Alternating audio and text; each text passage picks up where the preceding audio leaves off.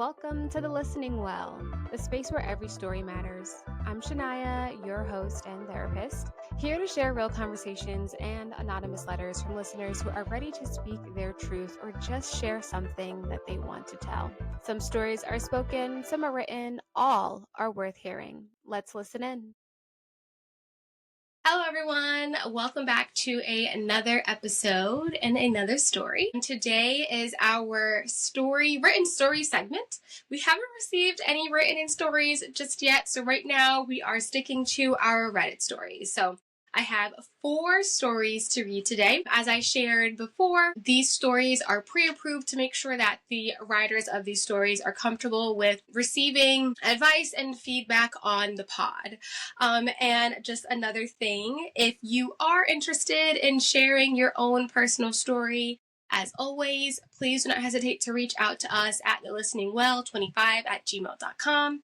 or by filling out the form that is linked in the show notes. So let's get started. So our first story, as promised, is the story that was cut off the last time we were recording for this episode. So we're going to start off with that one. It's a bit longer than the other ones were, so let's bear together and let's receive this person's story and see what kind of advice we might have for them. And please share your thoughts in the comments. So the title is, My Husband Wants Me to Work Full-Time and Go to School Full-Time and Be the Primary Parent. So just from that title, that already sounds really complicated. And the story is posted in the advice topic on Reddit.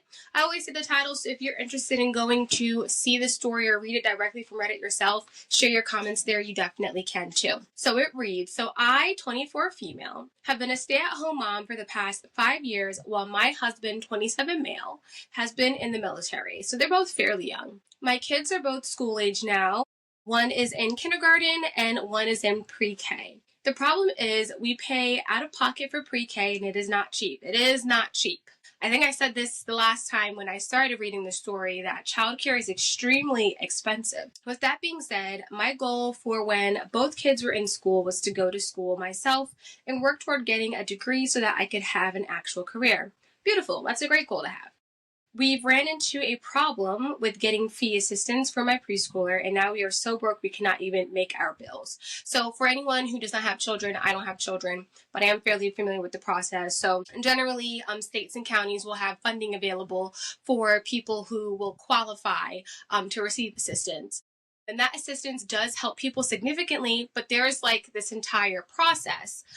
So there are 2-parent households, so it's a bit easier when someone's working, because generally one of the requirements that they have for the subsidy for the benefit is that someone has to be working in the household. So it sounds like there's a possibility that with the type of job that her husband has, even though their finances are tight, odds are her husband is probably making too much money for their household size to be able to qualify for the benefit, which is extremely, I have so many thoughts. I could rant on forever about the issues that we have in childcare and how corporate America does not care about working families, but I digress, and that's not what we're here for today. So it reads on, I understand that with this situation we are in, it is important for me to get a job, it is more important for me to get a job than it is for me to go to school. That is something I'm completely fine with. What I'm not fine with is my husband telling me I need to do everything while he just goes to work and comes home. I recently accepted a job that is a 10 p.m. to 6 a.m., so this is a non-traditional hour type of job. She says that's the only shift I could get because of my children's schedule. That is a situation that so many moms, whether they are single moms or not, are in, where when you're trying to choose what type of job you want to do to return to the workforce, you're really limited in terms of options. So if you want something with a decent wage, especially depending on if you don't have prior experience, prior credentials or schooling, a lot of times you're really limited to working those non-traditional hours. So your evening, overnight, weekends where childcare is not available. So it becomes really hard and extremely taxing on working families, because then you're kind of in this round the clock space where, her husband's probably working during the day, kids in school during the day, she's working at night. So you're bypassing passing each other. So that sounds really stressful, but it's also a situation that a lot of people are often in. So she continues to say, that's the only shift I could get because of my children's schedule. So I go to work at 10 p.m., get off at 6 a.m., rush home so my husband can go to work and get the kids ready to go to school. Drop off is at 7:40, then 8 a.m. for my preschooler. She gets home at 8:30 a.m. and she sleeps until 2 p.m. Pickup starts at 2:30 for kindergartners and 3 p.m. for preschoolers. Then when we get home around 3:30, my husband doesn't get home until 5:30. So it sounds like she's really running her schedule, running her clock based off of, the needs of her kids, her family. So it says my husband doesn't get home until 5:30, which is when I'm making dinner. Kids are fed, bathed, and in bed by 7:30, and then that leaves me with 2.5 hours to hopefully catch a nap before I go to work. My husband insists that I go to school. His suggestion was night school. So while I'm working, not possible. It isn't possible. His next suggestion was that I do it during the day. Also not possible because I need sleep. She has question marks there, and I'm like, in my head, I'm like, yeah, like, do you know the meme that's kind of like that one? Yeah. And she says, and then on top of that, he tells me there are a lot of people that work full time and go to school full time. You can make it work. So I don't know what to do. Am I being unreasonable telling him it's one or the other, school or work?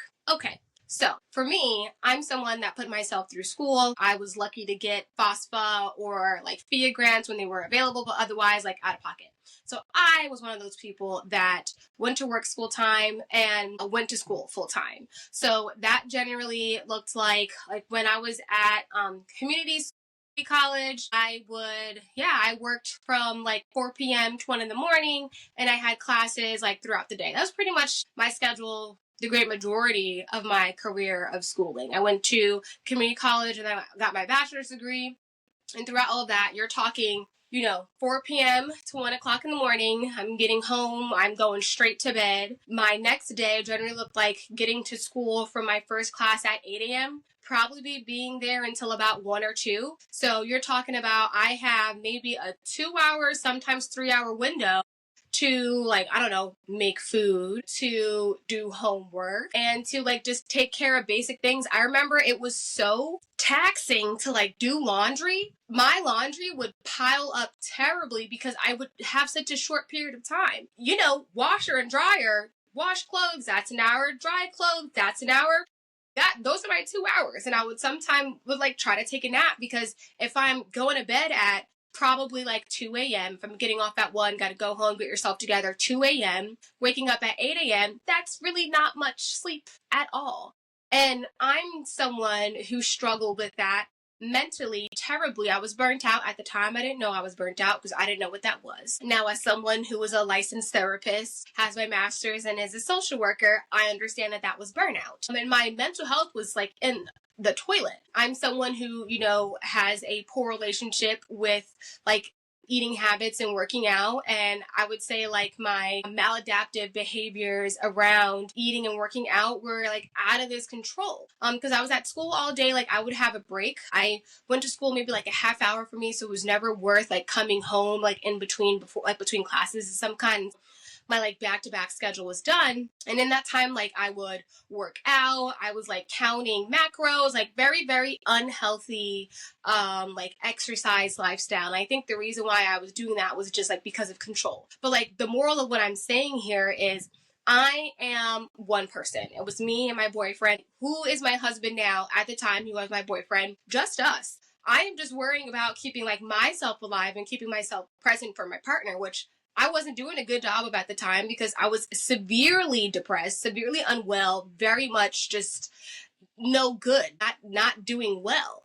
Because that type of schedule is just unsustainable. And for her schedule, she's talking 10 p.m. to 6 a.m. She's talking her sleeping time period is only when the kids are at school, and that's from 7:40 so 8 a.m. until 2. So that's your 8 hours of sleep. There's no space in her schedule to be able to compensate being able to go to school. I think maybe her only option would be online schooling, but it's her schedule is just so taxing. And I'm sure if this is her husband's approach, when it comes to weekends, thinking of days or off days, let's say weekends. We don't know what her exact schedule is, Monday through Friday, what that looks like. But on her off days, odds are they aren't actually off days. Like, those are her days of trying to do all the other things that she needs to do when she's not taking care of her kids and being at work. So I get what her husband's trying to say. Like, I feel like he's trying to be a supportive person. And hearing her and knowing that her goal once her kids had to go to school was to be able to go to school for herself and start her career. But it sounds like there has been a lack of communication between the two of them of like, how do we make this work? You know what I'm saying? Like, how do we do this together? So it sounds like the possibility is, having a financial conversation. Does she have to work full time? How does she cut back? Like, what does that look like for them in order for her to go to school? And then you're also talking about the expense of school. If she had to get this job where she's working overnight now to be able to afford for her kids to go to school, then it doesn't sound like it's in the budget for her to even pay to go to school. Because unfortunately in America, school is not free. Not your community college, not your bachelor's degree. School is not free. And if you are not receiving the benefits to have a subsidy for childcare, then odds are your ability to receive financial support from the state, like what is available, might not be enough to cover what you have to do. So you do have to consider financial along with even whether you have the capacity to do it. Because when it comes to going to school, when you're someone that has so many other responsibilities, you really truly have to weigh those pros and cons when you're the only person whose bandwidth is going into this. So it's like let's say she signs up for it, right? Like, let's say she signs up for daytime classes. She is tired. Her capacity is lowered. She has stress of what she has to do. How do you expect her to thrive in school? She signed up for the classes. She signed up. She's going to school. She's an active student, but is she going to be able to do well? Is she going to be able to thrive? Is she going to be able to pass her classes, finish her classes? Is she set up for success? And reading this, she is not. Like I said, I was one person caring for myself as an adult, being a present partner to my boyfriend, my now husband, then boyfriend, and that was a lot. I could not imagine trying to do that and also take care of two young children, because we know how households are, and a lot of times it falls on the responsibility of the mother. And based on her high concerns here, that's probably what's going to take place. So I think that he's trying to be a supportive person, but I do feel like it's super unfair to say like, oh, well, other people go to school and go to work. I'm like, yeah, but other people probably don't have the same amount of responsibilities that she does.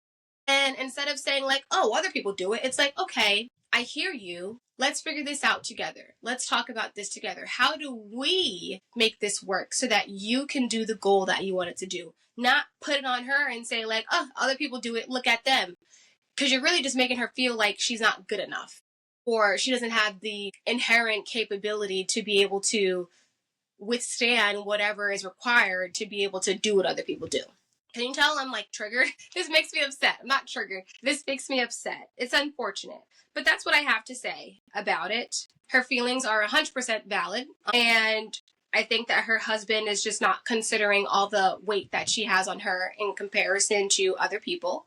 And I do think that there's opportunity to discuss it together, but her going to school is an effort that's going to have to be taken by both parties. Dad needs to step up. Dad needs to be a part of that conversation of what does that dynamic look like? How do schedules change? What needs to be shifted? But in order for her to do this, she cannot figure that out on her own, because you have a family and you made the family together. So you've got to figure it out together. That's my thought. Okay. So we're going to go on to our second story here. So the title is, I'm about to turn 29 and I still live with my parents. This is under confessions.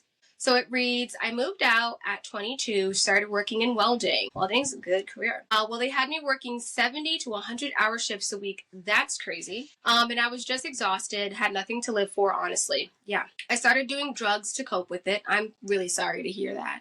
I'm not proud of it, but I was honestly my only relief. When I was 24, I met my now wife. Oh, congratulations. And as the years went by, I really wanted to have kids, but I realized I just literally don't have the time to have them. That is a valid statement. So at 26, I decided I'm going to go back to college, except I can't pay our expenses while being in college. So me and my wife moved in with my parents. I think that is a valid approach. Continues to read, very grateful they have allowed me to stay here, but honestly, I can't get it out of my head how much of a failure I feel like. I have nothing to show for what I've done all these years. I'm about to be 29 and I'm just scared.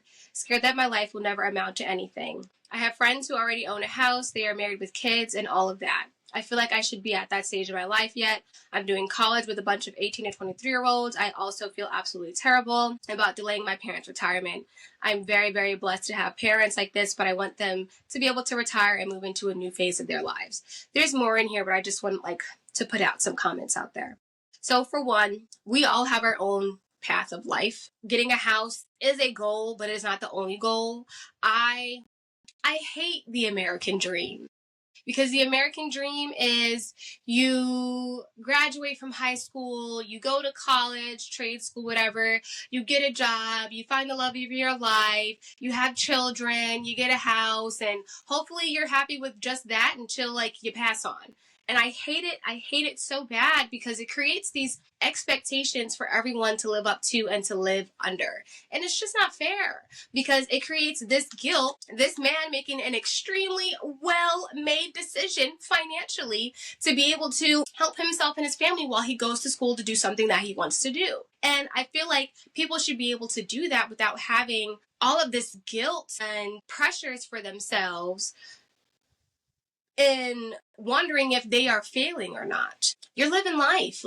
That's enough. That's it. I lived at my parents' house, me and my husband, before we bought our home. I'm currently in the office of our home for a very long time. And that was a financial decision that I made at a super young age because, like I said, I put myself through school. I have no student loans. And that's in part because I lived with my parents and I wouldn't do anything else about it. And if people ask me about it, I'm like, are you going to pay for my bills? Are you going to pay for me to go to school? That's legitimately my response to that. I feel like anytime anybody wants to put their opinions of what they feel like my life should be, then I'm like, help me do that. If you want me to live up to your standards, help me do that. Whether that is your equity sweat or your money, help me do that. Help me live the life that you think that I'm supposed to live. Because I'm not doing it on my own. If you leave me up to it by myself, I'm going to continue doing what I'm doing because I should, because this is my life, right? So for one, I respect the decision to stay with your parents. And like you said, you are lucky that you have parents who are still here, who have a home that you can stay in because this economy, crazy. It's too much. It's not made for any one individual person, let alone anyone with a family, to be able to thrive without the support of other people. And having community is a beautiful and wonderful thing. And if there's opportunities to be helped, accept it. There is no such thing as not being where you should be in life. Like I said, everyone's journey looks different. While some of your friends and people are doing these things and such and whatever it is, you're still succeeding. You have been a welder. Going to welding school is not cheap and not an easy thing to do. You have been someone who has had an experience of some sort already and can speak to people of I made a pivot, and a part of my pivot, I got to go back to school to do what I'm more aligned with doing now, and that's all right. And another thing is, I think it's great that you gave yourself the opportunity to do something new, because for so many people, they feel like, okay, I went down this road and I went down this path and I feel like this is all that I've got. But we only have one life to live. So if there are other things that we're interested in doing, we ought to do those things. If we tried something and it's not working anymore, we ought to give ourselves the opportunity to do something else. So I applaud you and your family for making the decision that you need to make for you to move back in with your parents. And sooner than later, I'm sure once you graduate and you move out of your parents, whether that's to an apartment, because having a place to live is all that matters. As long as it's somewhere that you like and you enjoy, it has the things that you want, that you need, that's all that matters. Whether you own it or not isn't really that important. As a homeowner, I'm saying it really isn't that important. If my finances were in a place where I could no longer afford my home, I'm going right back to my parents happily until I figure out whatever it needs to do, because I'm so lucky that I have the opportunity to do that.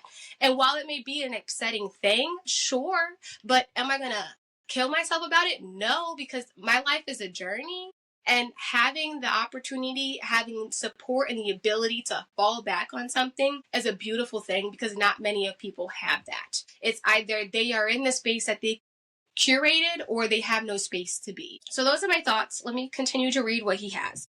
So he says, I have about a year left of college. You're almost done. I'm assuming I pass everything, which in parentheses, he says, which I'm trying very hard to.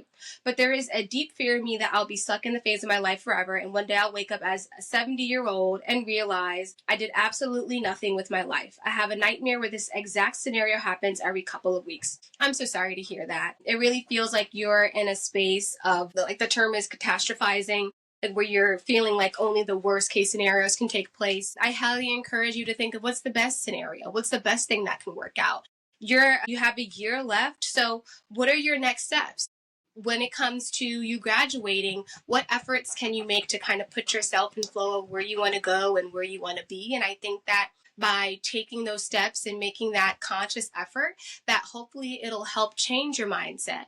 Because then you're creating that path, you're building that foundation for where it is that you want to go, so that the odds of you staying exactly where you're at is much less likely. And you've got a year left. You're going to have that credential. That's huge. Congratulations. Going to school is really hard. It's a hard thing to do.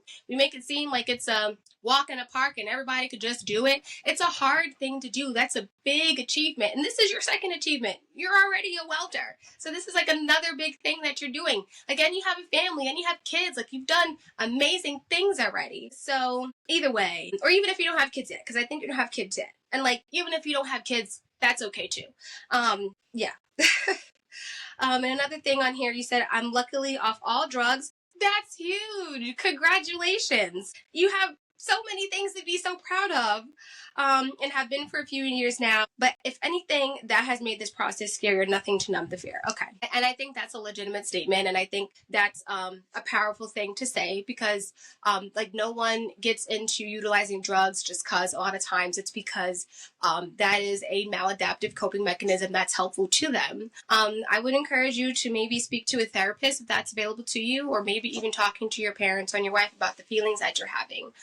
Because it really feels like you're in a tough space, and feeling like you have no options. But from what you've shared, the fact that you have accomplished so much, being able to become sober again, being able to choose a new career pathway for yourself, finding the love of your life, getting married, having your wife, having family, being in space and community with your parents, and then you're almost done with school too. So there's just so many things, so many opportunities here, and positive things that are going for yourself. So even if these things that are happening right now maintain for you, these are amazing things. And what's to come is going to be, I'm sure, great too. So I would highly encourage you to start building those goals, building the foundation of what your next steps look like. So then you have that pathway, you have that road. Whatever your degree is, looking up like what jobs are out there. Can you do any networking? Just kind of building your path. And I feel like starting those steps will hopefully help you